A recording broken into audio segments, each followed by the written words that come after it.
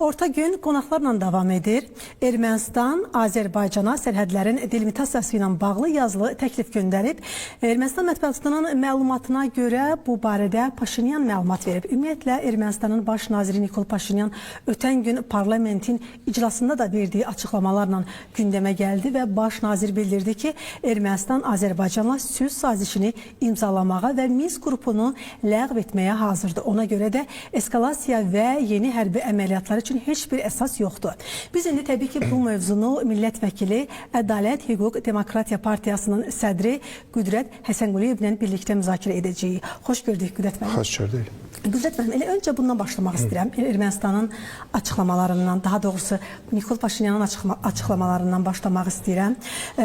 Az öncə belə bir məlumat yayıldı ki, Ermənistan Azərbaycana sərhədlərin delimitasiyası ilə bağlı yazılı təklif göndərib. Təbii ki, indi Azərbaycan bu təklifə cavab verməlidir. Eyni zamanda da ötən gün parlamentin iclasında bildirdi ki, sülh sazişini imzalamağa hazırıq. O cümlədən də Minsk qrupunu ləğv etməyə, buraxmağa hazırıq. Ümumiyyətlə, belə götürsək, bunun açıqlamaları fonunda Nikol Paşinyanın fikirləri nə dərəcədə səmimidir? Sözün doğrusu Nikol Paşinyan nə istədiyini özü də bilmir. Ermənistan 44 günlük savaşda məğlub olmuş tərəfdir. Əslində Nikol Paşinyan Ermənistanın siyasi lideri kimi öz xalqına deməlidir ki, biz müharibəni uduzmuşuq və Azərbaycanın şərtlərini qəbul etməliyik. Bu Roma hüququnda belə bir termin var, sui generis. Yəni öz unikallığı ilə seçilən hüquqi akt. Bu kapitulyasiya aktıdır. Əslində kapitulyasiya aktı bu dövlətlər arası müqavilə sayılmır. Ona görə ki, dövlətlər arası müqavilədə tərəflər hansısa məsələlərdə razılaşırlar. Kapitulyasiya aktında isə bu misal üçün götürsək 20-ci əsrdə faşist Almaniyası müharibədə uduzdu və 8 may 45-ci ildə kapitulyasiya aktına imza atdı.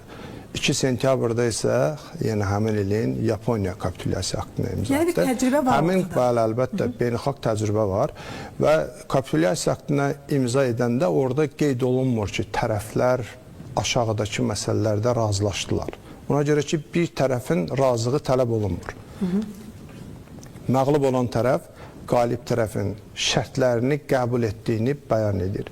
Buna görə Azərbaycan Respublikasının prezidenti həmişə deyir ki, əslində o 10 noyabr 2020-ci ildə imzalanmış sənəd həm də kapitulyasiya aktıdır. Ona görə Ermənistan orada bizim şərtləri qəbul edib və atəşkəs haqqında saziş imzalamışıq. Əslində Azərbaycan o zaman biraz da dərinə geçsəydi, o elə əsl onun adını da qoymaq lazım idi, kapitulyasiya aktı. Düzdür, o zaman Rusiya faktoru var idi və həm də əlavə işçilər olmasın deyə həm Azərbaycan tərəfdən, həm də elə prezident bir insanlıq nümayiş etdirərək Ermənistan tərəfdən həmin o ateşkəs haqqında sazişi imzaladı və sonradan da yavaş-yavaş özünün ermənilər deyilləri, o bir dəfə də sizin studiyada səsləndirmişdim, o Salyami taktikası. Yəni o hissə verilmiş bir kalbasa var, onu nazik-nazik doğrayıb yeyirlər və erməni ekspertləri həmişə söyləyirlər ki, Azərbaycan bizi bax bu cür hissə-hissə yavaş-yavaş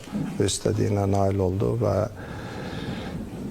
bu müharibədə qalib gəldi. Ona görə də Ermənistan xalqına deməli idi ki, biz müharibəni məğlub olmuşuq və biz şərt irəli sürə bilməliyik. Azərbaycanın şərtlərini qəbul etməliyik və istəyirik ki, sülh və bu kapitulyasiya aktını da imzalamalıyıq ki, sülh olsun iki ölkə arasında. Orada indi Paşinyan deyir ki, mən Minsk qrupunu eyni gündə bir sənəd imzalayaq, Minsk qrupunu buraxaq, həm də sülh sazişi imzalansın. Axı Azərbaycanın orada yeganə şərti deyil bu Minsk qrupunun buraxılması. Biz şərt irəli sürmüşkən də Ermənistan öz konstitusiyasından Azərbaycana qarşı o ərazi iddiasını nəzərdə tutan o preambula hissəsindən ki, onlar vaxtilə biz bilirik ki, hətta Qarabağın Ermənistana birləşdirilməsi haqqında Ermənistan o vaxtki Ermənistan Sovet Sosialist Respublikasının Ali Soveti tərəfindən müvafiq akt qəbul olunub. Həmin o akt ləğv olunmalıdır, konstitusiyadan o çıxarılmalıdır. Biz 2020-ci ildə siz gördünüz, yəqin tamaşaçılar da bilirlər ki, 44 günlük savaşda Ermənistan məğlub oldu və 2021-ci ilin iyununda onlar yeni seçkiler keçirdilər. Yəni qısa bir müddət sonra, təqribən 6 ay sonra.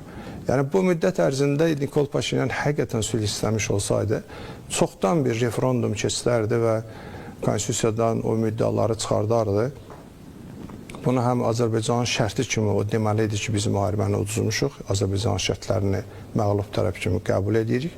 Həm də deməli idi ki, biz sülh istəyiriksə, ərazi iddiaları ortadan qaldırılmalıdır. Amma o bunu etmir və hər dəfə söz oyunu ilə beynəlxalq ictimaiyyətə təqdim eləmək istəyir ki, güya Ermənistan sülh istəyir, Azərbaycan amma sülhdən yayınır və s. Ermənistan bir müddət bilirsiniz ki, o üst tərəfli bəyanatda göstərilmişdir ki, Naxçıvana bizim maneəsiz gediş gəlişimizi təmin etməlidir. Ondan yayınır, bu gün də ondan yayınır. Bu gün də o məsələ ilə bağlı bir mənalı mövqe ortaya qoymur. Ona görə də Azərbaycan, mən hər zaman söyləmişəm ki, təzyiqləri davam etdirməlidir Ermənistana. Ermənistan bilməlidir ki, onlar sülh istəyirlərsə bizim şərtləri qəbul etməlidirlər. Onlar inkişaf eləmək istəyirlərsə, bu regionun bərabər hüquqlu bir subyektinə, beynəlxalq hüququn subyektinə çevrilmək istəyirlərsə, onlar qonşuları ilə dinc yanaşı yaşamağı öyrənməlidirlər. Müsəlmanlara, xüsusilə də türklərlə olan nifrəti bir kənara qoymalıdırlar. Əməkdaşlıq yolu seçməlidirlər, səmimi olmalıdırlar və öz xalqına da həqiqəti deməlidir ki, bəli, biz Azərbaycanın şərtlərini yerinə yetirməliyik. Ona görə də mən düşünmürəm ki, onlar konstitusiyadan həmin o ərazi iddialarını çıxarmayana qədər Azərbaycan onlarla sülh sazişi imzalasın. Ona görə ki, prezident bəyan edib ki, bu bizim prinsipial bir mövqeyimizdir. Aydındır. Qüdrətmin, ümumiyyətlə Azərbaycan prezidenti o dövrdə, o zaman ümumiyyətlə ATƏT Minsk qrupunun ləğvi ilə bağlı Ermənistana müraciət edəndə onlar ilk başlanğıcda bunu qəbul eləmədilər. Sonra artıq biraz zaman keçdi və indi axır ki durub deyirlər ki, bəli biz ATƏT Minsk qrupunu buraxmağa hazırıq. Sizcə nə baş verdi? Yəni burada o havadarlarını itirdiyinə görə belə bir addım atdı? Məsələn, söhbət gedir burada Rusiyadan, Amerika Birləşmiş Ştatlarından ki, hansı ki əvvəllər bunlara çox böyük ümidləri var idi Ermənistanın. Amma bugün bunu demək olmaz məncə. Rusiya artıq çoxdan başa düşüb ki, Ermənistan ümumiyyətlə etibarlı tərəfdaş deyil. Biz bilirik ki, 1-ci Qarabağ savaşında məsələn Rusiyanın dəstəyi ilə Ermənistan bizim torpaqlarımızı işğal eləmişdi. 1 milyon insanı ev eşiyindən qovmuşdu. Yəni burada bir gizlədiləsi bir məsələ yoxdur. Bununla bağlı kifayət qədər faktlar ortada var, sübutlar ortada var. Amma Ermənistan elə ki, biraz Qərblə münasibətlərini yaxşılaşdırdı və fikirləşdi ki, bütün bu uğurları o tək başına əldə edib, dırnaqarası uğurlar əslində o Ermənistanın uğursuzluğu idi və zaman da bunu sübut elədi ki, qonşu dövlətə qarşı ərazi iddiası ilə çıxış eləmək və onun torpaqlarını işğal edib, insanları etnik təmizləməyə məruz qoyub, həm Ermənistandan, həm Qarabağdan və Qarabağ ətrafı 7 rayondan qovmaq bu ağıllı müdrik siyasət deyil. Amma onlar biraz özlərini güvənli hiss eləyən kimi artıq Rusiyada arxa çevirdilər və Rusiyanın da 2020-ci ildə o öz neytrallığını qismən də olsa qoruyub saxlaması həm də bunun nəticəsi idi və Rusiya artıq başa düşürdü ki, Cənubi Qafqazda Azərbaycansız o öz mövqelərini qoruyub saxlaya bilməyəcək. Cənubi Qafqazda Rusiyanın mövcudluğu Azərbaycanla dostluqdan keçir, əməkdaşlıqdan keçir və bu da o zaman baş verə bilər ki, Rusiya Azərbaycana öz torpaqları üzərində suveren hüquqlarını bərpa etməyə mane olmasın. Ona görə də Putin o 44 günlük savaş zamanıdır və savaşdan sonra da söylədi ki, bu münaqişə çox uzanırdı və Azərbaycan öz ərazi bütövlüyünü bərpa etməli idi. İndi Amerika Birləşmiş Ştatlarında da biz bilirik ki, güclü erməni diasporası var. Artıq Trump tamam fərqli bir siyasət yürüdür və biz hər halda ümid eləyək ki, bugün mən elə səhər mətbuatda oxudum ki, artıq Ermənistana nəzərdə tutulan o dövlət yardımları dayandırılır Amerika Birləşmiş Ştatları tərəfindən. İndi bunu bir müddətdən sonra daha dəqiqliyi biz biləcəyik. Yəni indi Ermənistanın hazırda arxasında duran Hindistandır. Hindistan bizim Pakistanla yaxınlığımıza görə bir növü sanki bizə acıq verilmiş kimi Ermənistanı silahlandırır və burada həm də Hindistana açıq söyləyək ki, həm Amerika Birləşmiş Ştatlarının, həm Fransanın güclü təsiri var idi.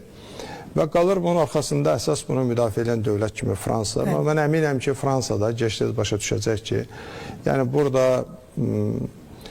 Azərbaycanla Türkiyə arasında yerləşən balaca Ermənistanı dəstəkləməklə Fransa bu regionda özünün nüfuzunu və mövcudluğunu qoruyub saxlaya bilməz. Fransa əgər doğrudan da bölgədə olmaq istəyirsə, o da təqribən Rusiyanın yolu ilə getməlidir və Azərbaycanla dostluq və əməkdaşlıq haqqında düşünməlidir.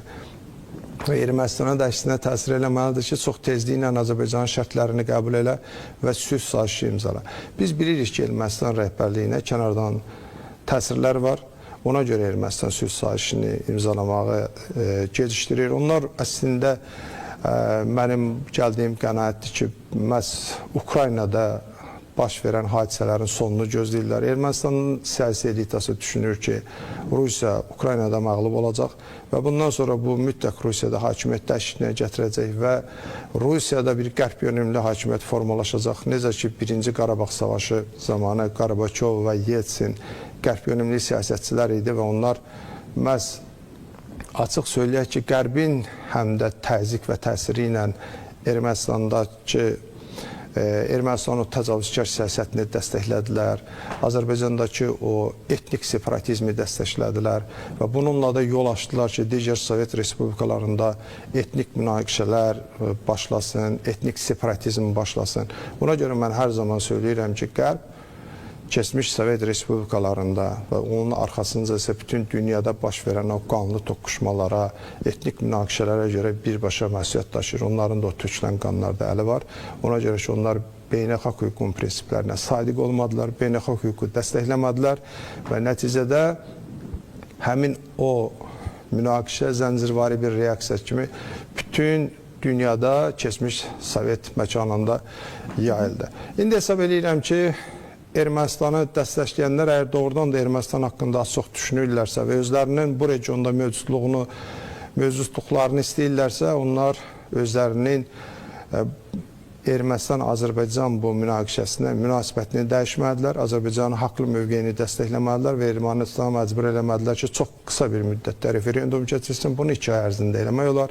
Ermənistan istəsəydi bunu çoxdan etmişdi və Azərbaycanla sülh sazişini imzalasın. Amma sonda onu qeyd edeyim ki, mən sözün doğrusu buna az inanıram. Ona görə ki, Ermənistan əgər zamanında daha əlverişli şərtlərlə, yəqin ki, sizlər xatırlayarsınız, ən azından oxuyub bilərsiniz ki, biz Ermənistana Qarabağdakı o etnik ermənilərə ən geniş dünyada mövcud olan muxtariyyət verməklə bu problemin həllini istəyirdik. O zaman bu cür əlverişli şərtlərlə əgər Ermənistan buna razılaşmayıbsa, bizim torpaqlardan, Qarabağ ətrafındakı torpaqlardan belə çıxmaq istəməyibsə, indi Ermənistan bu sülh sazişinə getməyəcək, amma çalışacaqlar ki, bunu beynəlxalq ictimaiyyətə bu cür təqdim eləsinlər ki, onlar sülh istəyirlər, biz güya buna qarşıyıq. Aydındır. Qüdrət müəllim, ümumiyyətlə Amerika Birləşmiş Ştatlarından fərqli olaraq Avropa İttifaqı Ermənistana 20 milyon avro vəsaitin ayrılmasını təklif edibdir. Bunu hər halda Mirzoyan açıqlama verib bununla bağlı. Əgər xatırlayırsınızsa, ümumiyyətlə ötən illərdə bu rəqəm 10 milyon avroydu, amma bu il 20 milyon avro artırmağı, daha 10 milyon avro artırmağı təklif edirlər və nəticə itibarilə bu olur 20 milyon. İndi müəyyən bir sual yaranır. Bu hansı istiqamətlərə yönələ bilər? Kim zəmanət verə bilər ki, bununla Ermənistan silahlanmayacaq, silah almayacaqdır? Ermənistanı silahlandırırlar, amma yenə söyləyirəm, bununla Ermənistana yaxşılıq etmirlər. Ermənistanı nə qədər silahlandırsalar da, məsələn 2024-cü ildə Azərbaycan təqribən 2,2 milyard dollarlıq silah alıb. Yəni onlar bu rəqabətdə Azərbaycana Ermənistan heç vaxt qalib gələ bilməyəcək, uduzacaq və həm də Azərbaycanın Türkiyə kimi təbii bir müttəfiqi var və biz Şuşa bəyannaməsi imzalamışıq. Bilirsiniz ki, cənab Ərdoğanla İlham Əliyev tərəfindən belə bir saziş imzalanıb 2021-ci ilin 15 iyununda. Ona görə Ermənistanın yeni bu qarşı durmada qalib gəlməyə, bizim torpaqlarımızı işğal eləmək şansı yoxdur. Onları buna inandıra bilərlər. İndi Hindistan onlara müəyyən silah verir, Fransa ona müəyyən silahlar verir, amma nə qədər silahlandırsalar da bu əlbəttə bizim üçün təhlükəlidir və biz buna cənab prezident də deyib ki, dözməyəcəyik Ermənistanın bu formada silahlandırılmasına. Ona görə ki, Ermənistanın bu formada silahlandırılması birbaşa Azərbaycana münasibətdə təhdiddir, təzyiqdir. Əslində Ermənistanı istəyənlər onu silahlandırmamalılar. Ermənistana təzyiq eləməlidirlər ki, sən təcili Azərbaycanın şərtlərini qəbul elə və sülh sazişini imzala. Amma biz bunun əksini görürük. Onlara sanki bu bölgədə yenidən bir qan lazımdır, müharibə lazımdır. Fikirləşirlər ki, bu münaqişə durduqca görürsünüz, Minsk qrupunun da ləğvinə imkan vermirdilər. Ona görə ki, həmin o Minsk qrupu bax, bu münaqişədən istifadə edib tərəflərin hər ikisinə təzyiq edə bilir. Hər ikisini müəyyən mənada özündən asılı vəziyyətdə saxlayır. Yəni, bu münaqişə durduqca. Ermənistan əslində bu münaqişəni qoruyub saxlamaqla kənar qüvvələrin bu Cənubi Qafqazda mövcudluğunu qoruyub saxlamaq istəyir. Biri var, bu mövcudluq hansı formada olar? Əməkdaşlıq formasında olar, gələrlər, investisiya qoyarlar, ticari əlaqələri qururlar, inkişaf eləyər, siyasi əlaqələri inkişaf eləyər. Biri də var ki, münaqişə dura və münaqişə duranda tərəflərə silah satalar. İndi görürsünüz, Ermənistana silah satırlar, biz məcbur oluruq, silah satırıq. Hər iki ölkə öz resurslarını ölkənin yenidən qurulmasına, iş yerlərinin açılmasına, iqtisadiyyatın gücləndirilməsinə yox. Mən söylədim, 2024-cü ildə Azərbaycan 2,2 milyard dollarlıq silah alıb. Əgər bu münaqişə olmasaydı, görün o qədər vəsaitlə nə qədər Azərbaycanda istehsal müəssisələri, emal müəssisələri aşmaq olardı, ölkənin kənd təsərrüfatını inkişaf elətdirmək olardı və s. Amma məcburuq ki, bu münaqişəyə görə biz də silahlanaq. Onlar çox təəssüf ki, özlərinin regionda mövcudluqlarına bax, bu hərbi münaqişəni, bu qanlı münaqişəni, qanlı toqquşmanı, iki xalq arasında savaşı qoruyub saxlamaqla təmin eləmək istəyirlər. Və bizim də borcumuz odur ki, diplomatik kanallarla, böyük dövlətlərlə iş aparmaqla onların bu siyasətinin məğzini, mahiyyətini açıqlayaq, onları ifşa eləyək və onlara başqa yol qoymayaq. Onlar da başa düşsünlər ki, Azərbaycanın şərtlərini qəbul eləməkdən başqa yol yoxdur. Naxçıvana manisiz gediş-gəliş təmin olunmalıdır və konstitusiyadan Azərbaycana ərazi iddiaları kimi qəbul olunan o müddəaları çıxarmalıdır. Azərbaycan Ermənistan başa düşsə, onlara çox böyük hörmət edib. Onlar sadəcə bunu qanmırlar. Biz əslində müharibədən dərhal sonra o sülh şərtləri ki, Azərbaycan müəyyənləşdirəndə biz Azərbaycan hökumətinə bir partiya olaraq müraciət eləmişdik ki, orada iki əlavə müddəa mütləq olmalıdır. Birinci, Ermənistan kompensasiya ödəməlidir. Bizim bu 7 rayonu onlar ki, dağıtmışlar, ekologiyanı məhv eləmişdilər, bizim bütün təbii sərvətlərimizi dağıtmışlar, istismar eləmişdilər. Görün, nə qədər, 900-ə qədər bir yaşayış məntəqəsində daşı daş üstündə qoymamışdılar. Bizim şəhərlərimizi, qəsəbələrimizi dağıtmışlar, muzeylərimizi, İslam mədəniyyətinə, incəsənətinə aid olan abidələri dağıtmışlar. Buna görə də onlar hələ nə qədər, dediyim kimi də 10 minlərlə insanlarımız ölmüşdü, 1 milyon insan qaçqın düşmüşdü və onlar hansı ağır şərtlər altında yaşamışdı. Özdə biz gördük ki, beynəlxalq ictimaiyyət bizim gözlədiyimiz səviyyədə onlara kömək də olmadı, dəstək də olmadı. Azərbaycan hökuməti öz imkanları hesabına həmin o qaçqınları müvəqqəti sığınacaqlarda yerləşdirdilər. Onların çoxu yeraltı o qazmalarda yaşayırdılar, çadırlarda yaşayırdılar, palçığın suyun içərisində. Yəni, buna görə mütləq kompensasiya ödənilməsi tələbi qoyulmalı idi və ikinci tələb müharibə cinayətlərinin, canilərin cəzalandırılması olmalı idi. Niyə? Ona görə ki, beynəlxalq hüquqda belə bir universal yurisdiksiya deyilən prinsip var. Yəni, cinayət qanunu o zaman zamana və məkana görə şamil olunmur. Yəni, insanlıq əleyhinə biz bilirik ki, 49-cu ildə 4 Cenevrədə konvensiya qəbul olunub. Həmin konvensiyalara görə müharibə cinayətləridir, insanlıq əleyhinə olan cinayətlərdir. Yəni, bu humanitar hüququn tələblərinin pozulmasına görə olan cinayətlərə şamil olunmur zaman müddəti. Bu gün əslində Ermənistanın borcudur ki, o özü, həmin o Cenevrə konvensiyasının üzvü kimi öz ərazisində hərbi cinayətlər törətmiş, həmin o Köçəryanı, Sarkisyanı tutsun, digər hərbi canilər tutsun. İndi Bakıda onların məhkəməsi keçirilir və onlar etiraf edirlər ki, necə ağır cinayətlər törədiblər. Bax, bugün bizdən sülh tələb istəyən dövlətlər əslində o hərbi caniləri 99-cu ilin 12 fevralında Birləşmiş Millətlər Təşkilatının Təhlükəsizlik Şurası dövlətlərə müraciət edib ki, həmin konvensiyaya uyğun olaraq öz milli qanunvericiliyinizə o müddəaları daxil edin. Bax, bizim cinayət məcəlləsinin xüsusi hissəsi başlayır sülh və insanlıq əleyhinə olan cinayətlər, onun ardınca gəlir müharibə cinayətləri, sonra gəlir şəxsiyyət əleyhinə olan cinayətlər. Yəni biz onlar birinci yerdə dayanır. Və qeyd elədiyim kimi o cinayəti törətmiş şəxslərlə bağlı zaman məhdudiyyəti yoxdur. Onlar nə zaman, harda tutulsalar, həmin ölkələr öz qanunvericiliklərinə uyğun olaraq onları təqib eləməlidirlər, məsuliyyətə cəlb edilməlidirlər.